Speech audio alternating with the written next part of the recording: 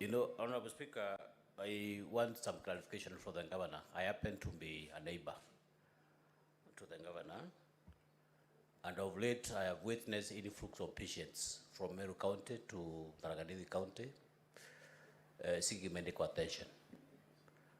I would request to know from the governor, maybe there could be some breakdown in any of the facilities in Meru County, as alluded in that video we have just witnessed before us. Number two, Honorable Speaker, recently we have witnessed a national reconciliation which was been executed by His Excellency the President, because we had some national crisis that called for a broad-based engagement, and then when the country is at peace. One would want to know from the governor, why has it taken us close to 2 years without managing just 69 MCAs to sit down and work for the people? Thank you, Senator. For reconciliation, as I said earlier, I've tried my best to reconcile the leaders. The Mwananchi has no problem at all, apart from the few elected leaders who have some issues. But I sat with Njuri, as I said. I sat with the members of parliament. I sat with the CS, the former CS Agriculture. I sat with the assembly leadership. The only person that would not have a chance is the Deputy Speaker of this House. There is a lot of progress, because when I was here the first time, I had only one MCA. Then for the second impeachment, I had 9 of them. Now I have 23 MCAs on my side.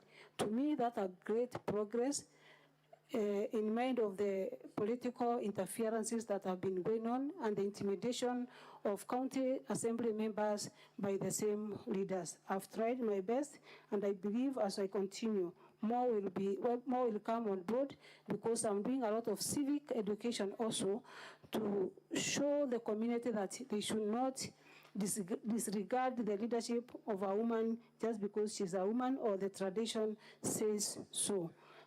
About the hospital in Meru County, Senator Mofaya, most of our patients come from Tharaka Nithi to Meru General Hospital. They don't come from Meru to Tharaka Nithi, but Tharaka Nithi to Meru. Thank you. Senator Majayo.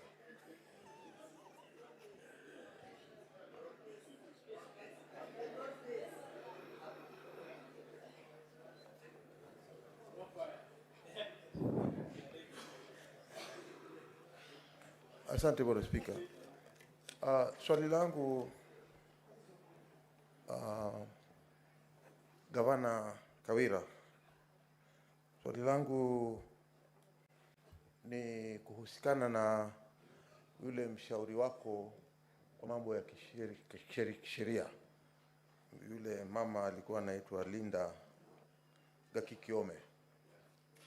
Nataka kuuliza swali moja tu. Ulimwandika kazi wakati huo akiwa mshauri wako wa mambo ya sheria tariki 28 mwezi wa 3 mwaka wa 23, na mwaka mmoja kamili tarehe 26 mwezi wa 3 mwaka 24 ulimpatia barua ya kumwisha kazi ama kumwambia kwamba unataka awache kazi. Nataka kuuliza, je, baina ya wewe na yeye kulikuwa na kukosana, ama kulikuwa na taabu fulani, ama kulikuwa na kutoelewana fulani ndio sababu akasema ya kwamba yeye si alikuwa ameandika ile barua, bali ni kwamba wewe ulikuwa umefanya ile, pengine si wewe lakini ile barua iliyoandikwa si wewe uliyetia mkono wako kidole? Nataka kujua hiyo tu. Asante sana Senator. Ningependa kusema ya kwamba nilipotoka hapa wakati wa impeachment ya kwanza, na Senate ikaniambia ya kwamba nitafute njia ya kufanya kazi pamoja na hata watu ambao ni wa vyama vingine. Nilimtafuta leader ambaye alikuwa naibu gavana wa Rentore wakati wa kutafuta uongozi. Nikamwambia tufanye kazi kwa pamoja, na ninaamini wakati nilimtafuta sikuwa na moyo mbaya. Hakuwa amenikampenia, hatukuwa tunajuana, lakini kwa sababu nilikuwa nataka kuleta nyumba yote pamoja na kuleta Wameru pamoja, nikamchukua huyo hata kama alikuwa mpinzani wangu. After 1 year alikuwa na kazi nyingi sana, maana ni wakili na alikuwa anafanya kazi zake, kwa hivyo kupatikana ilikuwa ngumu. Number 2, kulikuwa na wakati walikuwa wanafanya LSK, sijui kutafuta viti upande huo, akawa hapatikani kabisa. Nikamuita kwa ofisi yangu, tukaongea. Nikamwambia kwa sababu Meru kuna changamoto nyingi na kuna mambo mengi ambayo yanahitaji advisory. Nikamwambia kuja uwe karibu na mimi, akaniambia hapatikani. Ndio basi nikamwambia kama upatikani na kuna maneno mengi ambayo yanapaswa uhusishwe, naomba tu, na tukakubaliana ya kwamba yeye mwenyewe atatoka kwa hiari yake, lakini baadaye alikataa, na nikaona ni vyema nitafute mtu mwingine ama nimsimamishe kazi ndio Meru iweze kuendelea vizuri. Sina ubaya wowote na yeye. Senator Mariam. Thank you, Mr. Speaker. I need clarification on Madam Governor. This is the 3rd impeachment on your side. As what is different from the other 2 than the other one? And again, if there is any difference from the other 2 which has been already done, how? The second one is about the maternity ward. If at all, if it is not equipped, why is it labeled? And if you have labeled it and there's delivery outside there, it means there is demand. What have you taken? The action you have took when you have saw there's delivery outside there. Thank you. Governor. Asante sana. The labeling of the maternity was just done less than a month ago.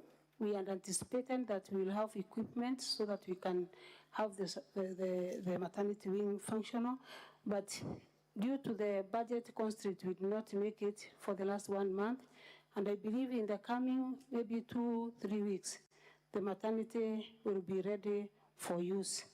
My Waziri for Health visited the place and other places because we have more than 230 health facilities in Meru, that being one of them.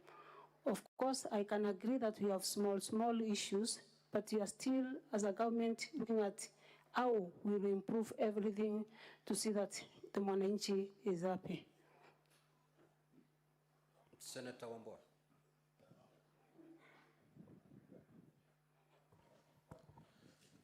Thank you, Mr. Speaker. Mr. Speaker, I have 2 questions to the Governor. Madam Governor, one of your key witnesses, Honorable Mawira, confessed on record and under oath that he and a group of other members of the County Assembly of Meru, on their own motion, converted themselves into economic saboteurs, that they sat down and conspired to sabotage the economy of the county government of Meru. At what point did you get to know about this admission of crime? And as the governor of Meru, did you report this matter to police with a criminal offense? Secondly, Madam Governor, I want to get your appreciation of the impeachment process. Do you appreciate it as a legal, constitutional process that the Assembly should take as part of its business and facilitated by the Assembly, or is it a personal initiative by people who have a grudge against their governor? I thank you, Mr. Speaker. Governor. Thank you, Senator. I've not reported any economic sabotage to the police because this is kind of political. which is fueled by external forces to sabotage my administration and also the good work that I do. And I want also the honorable senators of this house to know that the real Mwananchi kwa ground has no issues about the way I run Meru County. It's only a few class of leaders that have sworn that I'll never have peace in that county. They must keep me busy with other things because of 2027 politics. There is nothing more or big than more. It's only 2027 politics that is being played by the MCAs who are used by the political class or political leaders across Meru County. About the personal initiative,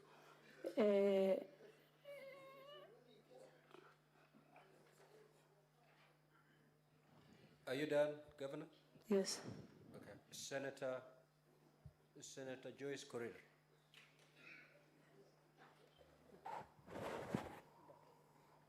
Thank you very much, Honorable Speaker.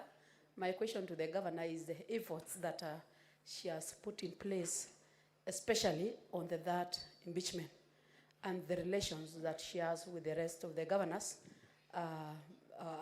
especially on the matters, this impeachment and the stability of the county. Thank you. Thank you, Senator. I've made a lot of efforts from the last impeachment. One is by providing to the honorable MCAs of Meru County the ward fund that, or the ward project to every ward to the tune of 33 million per ward. Number two is involving them to be part and parcel of my tours to the ground so that at least they can assist in participating and knowing what is ailing the community for us to work together. The relationship about myself and other leaders, especially the governors, is good. I have no issues with the other leaders, apart from few leaders from Meru County. Senator Hamida.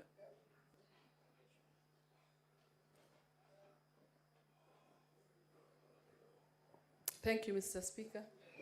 Madam Governor, just wondering, is dissolving the county way to go? Because looking at the relations you have with the county assembly, and I'm also wondering, they have called you all names. They have called you a mad person. They said the impeachment of the governor is their business. So what is the way forward? And also, is there anything working in the county? Thank you. Thank you, Senator. Everything in the county is working apart from politics. In terms of development, Meru County has been ranked among the 5 best performing counties in Kenya. We have no issues with even absorbing the budget. We have been ranked with 79%.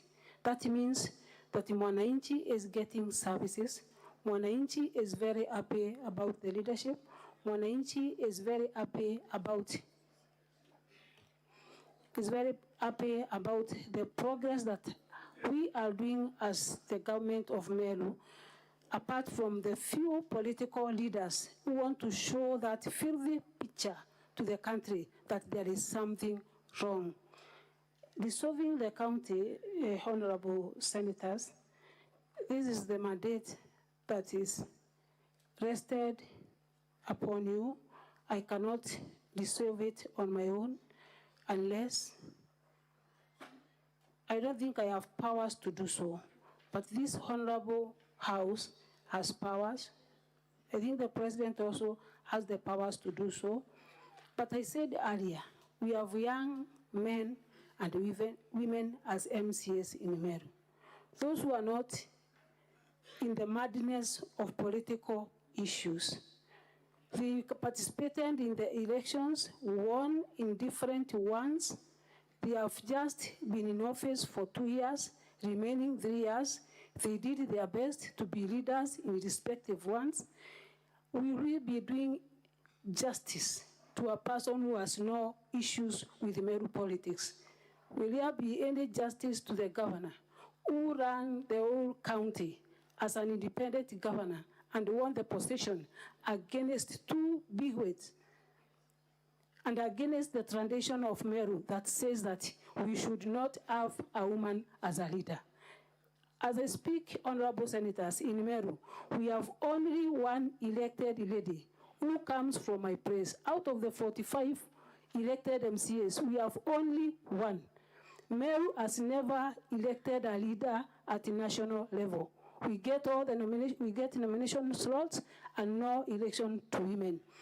I think the other way about or to solve this issue is to do a lot of civic education to Meru so that people can understand and embrace the leadership of women. That is the only issue in Meru. For development, we are doing well. For absorption of the budget, we are doing well. Mwananchi is very happy. Thank you, Governor. You're now repeating yourself. Senator Veronica.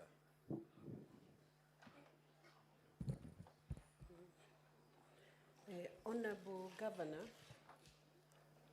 assume that the impeachment proceedings do not succeed and you went back to Meru to continue with your task as a governor. Do you see possibility of ever reconciling and being able to give development to people of Meru, or will you be back here, will be brought back here by the politics that are causing all this trouble in Meru? Is there a possibility? And have you been able to do any projects in the course of all these squabbles and fights? Thank you, Senator. With all these fights in Meru County, I've been able to do a lot of projects. We've done kilometers and kilometers of road in Meru County. We've done major dams in Meru County. We've done a big rehabilitation center in Meru County. We have renovated, equipped more than 50 healthy facilities in Meru County. We've done more than 31 equipped boreholes in Meru County. We've done and brought up the ECD program for the ECD kids in 777 primary schools in Meru County. We've done a lot in terms of development, apart from the interferences. Governor, that is not the question. You've been asked, assuming for purposes of just this argument, assuming you go back to Meru, the verdict is you go back to Meru. With whatever you've explained, the toxic political environment, will you still be able to deliver anything, or you'll be brought back here? That is the question that the senator. Thank you, Senator. I don't believe in coming back here again, Honorable Speaker. This is because there is a lot of progress from 1 MCA to 9 to 23, and I believe by the next coming 2 months, I will have around 40 on my side. There is a lot of progress since I left this Senate. Senator Mogeni. Hello, Governor. Linda Gaki Kiome, you gave notice of termination 26th of March 2024. How did she take it? And how is your relationship with Linda Gaki Kiome? Is it cordial? Do you talk? Is there any vendetta against either of you? Thank you. Thank you, Senator. She did not take it lightly. She took me to court. There is a live case in court, High Court Meru. I don't think she was happy about it. The working relationship since then isn't good. Now, honorable senators, we have to terminate that session. The 30 minutes allocated to this session has long been spent. Governor, you may retire to your seat. Thank you, Honorable Speaker. We are now going to move to the closing statements. The first team to proceed to make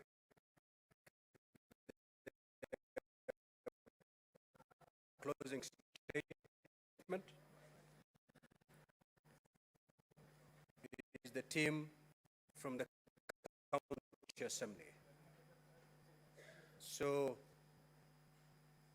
Council for County Assembly, you may proceed to make a closing statement for not more than 60 minutes. Thank you very kindly, Mr. Speaker. Sir, we'll have Mr.